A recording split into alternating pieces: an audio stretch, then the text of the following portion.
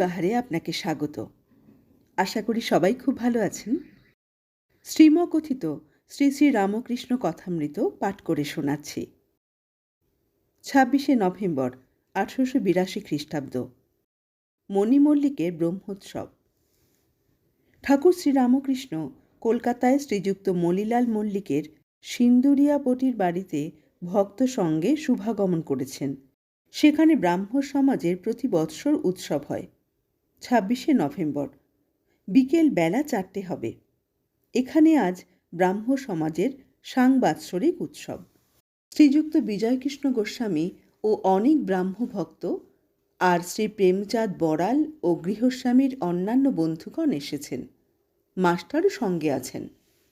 শ্রীযুক্ত মণিলাল ভক্তদের সেবার জন্যে অনেক আয়োজন করেছেন। প্রহ্লাদ চরিত্র কথা হবে, তারপর ব্রাহ্ম সমাজের উপাসনা, অবশেষে ভক্তগণ প্রসাদ পাবেন। শ্রীযুক্ত বিজয় এখনও ব্রাহ্ম সমাজভুক্তই আছেন। আজকের উপাসনা তিনি করবেন। তিনি এখনও গৈরিক বস্ত্র ধারণ করেননি। কথক মহাশয় প্রহ্লাদ চরিত্র কথা বলছেন।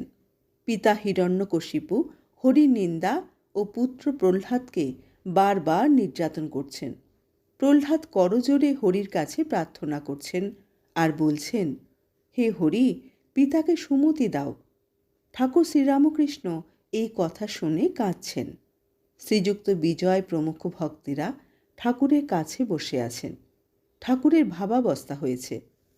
কিছুক্ষণ পরে বিজয়াদি ভক্তদের বলছেন, ভক্তির সার, তার নাম ও গুণ কীর্তন সর্বদা করতে করতে ভক্তি লাভ হয়। আহা, শিবনাথের কি ভক্তি, যেন রসে ফেলা ছানা বড়া।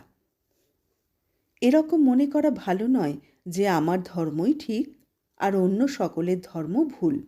সব পথ দিয়ে তাকে পাওয়া যায়। আন্তরিক ব্যাকুলতা থাকলেই হলো। অনন্ত পথ, অনন্ত মত। দেখো, ঈশ্বরকে দেখা যায়। অবাং মনস্য গোচর বেদে বলেছে। এর মানে বিষয়াসক্ত মনের অগোচর। বৈষ্ণবচরণ বলতো তিনি শুদ্ধ মন শুদ্ধ বুদ্ধির গোচর। তাই সাধুসঙ্গ, প্রার্থনা, গুরুর উপদেশ এই সব প্রয়োজন। তবে চিত্তশুদ্ধি হয়, তখন তার দর্শন হয়। ঘোলা জলে নির্মলি ফেললে পরিষ্কার হয়, তখন মুখ দেখা যায়। ময়লা আশ্রিতে মুখ দেখা যায় না। চিত্তশুদ্ধির পর ভক্তিলাভ করলে তবে তার কৃপায় তাকে দর্শন হয়। দর্শনের পর আদেশ পেলে তবে লোকশিক্ষা দেওয়া যায়। আগে থাকতে লেকচার দেওয়া ভালো নয়। একটা গান আছে, ভাবছ কি মন একলা বসে, অনুরাগ বিনে কি চাঁদ গৌর মিলে, আজন্মটা ঝাড় দিলি না, মন্দিরে চামচিকা 11 জনা, তারা দিবানিশি করলে থানা, মন্দিরে তোর মাধব নাই রে, তুই শাঁখ ফুঁকে গোল করলি শেষে। হৃদয় মন্দির আগে পরিষ্কার করতে হয়, ঠাকুর প্রতিমা আনতে হয়, পূজার আয়োজন করতে হয়। কোনো আয়োজন নেই, ভোঁ ভোঁ করে শাঁখ বাজানো, তাতে কি হবে? এইবার শ্রীযুক্ত বিজয় গোস্বামী বেদিতে বসে ব্রাহ্ম সমাজের পদ্ধতি অনুসারে উপাসনা শুরু করলেন। দক্ষিণেশ্বরে ব্রাহ্ম ভক্তবৃন্দ। 14ই ডিসেম্বর 1882। বিজয় কৃষ্ণ ও ব্রাহ্ম ভক্তদের প্রতি উপদেশ। দক্ষিণেশ্বরের কালীবাড়িতে শ্রীযুক্ত বিজয় কৃষ্ণ গোস্বামী শ্রীরামকৃষ্ণকে দর্শন করতে এসেছেন। সঙ্গে 3-4টি ব্রাহ্ম ভক্ত। অগ্রহায়ণ, শুক্লা চতুর্থী তিথি, বৃহস্পতিবার 14ই ডিসেম্বর। পরমহংসদেবের পরম ভক্ত শ্রীযুক্ত বলরামের সঙ্গে এরা নৌকা করে কলকাতা থেকে এসেছেন। শ্রীরামকৃষ্ণ মধ্যাহ্নে সবেমাত্র একটু বিশ্রাম করছেন। রবিবারেই বেশি লোক সমাগম হয়। যেসব ভক্ত একান্তে তাঁর সঙ্গে কথা বলতে চান তারা প্রায় অন্য দিনেই আসেন। পরমহংসদেব তক্তাপোষের ওপর উপবিষ্ট। বিজয়, বলরাম, মাস্টার ও অন্যান্য ভক্তেরা পশ্চিমাশ্ব হয়ে তার দিকে মুখ করে কেউ মাদুরের উপর, কেউ শুধু মেঝের উপর বসে আছেন। ঘরের পশ্চিম দিকের খোলা দরজা দিয়ে ভাগীরথী দেখা যাচ্ছিল। শীতকালে স্থিরা স্বচ্ছ সলিলা ভাগীরথী। দরজার পরই পশ্চিমের অর্ধমণ্ডলাকার বারান্দা। তারপরেই ফুলের বাগান, তারপর পোস্তা। পোস্তার পশ্চিম গায়ে পুণ্য সলিলা কলুষহারিণী গঙ্গা।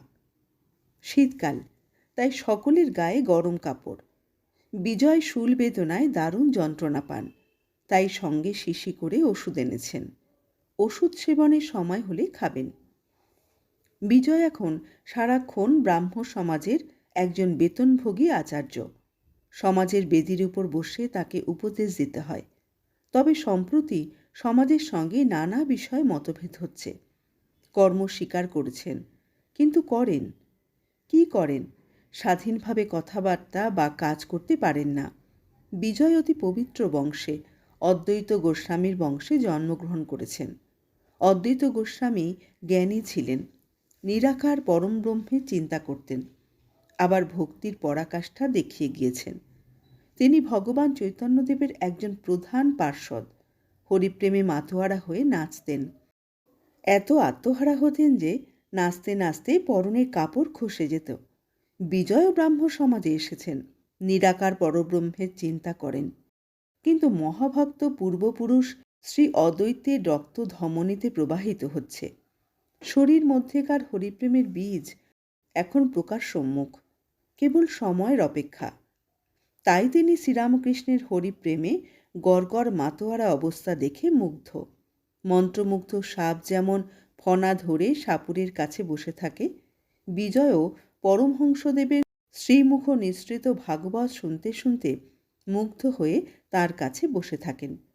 আবার যখন তিনি হরিপ্রেমে বালকের মতো নাচতে শুরু করেন, বিজয়ও তার সঙ্গে নাচতে থাকেন। আজ এই পর্যন্ত। পরের অংশ নিয়ে খুব তাড়াতাড়ি ফিরব। ভালো থাকবেন সবাই।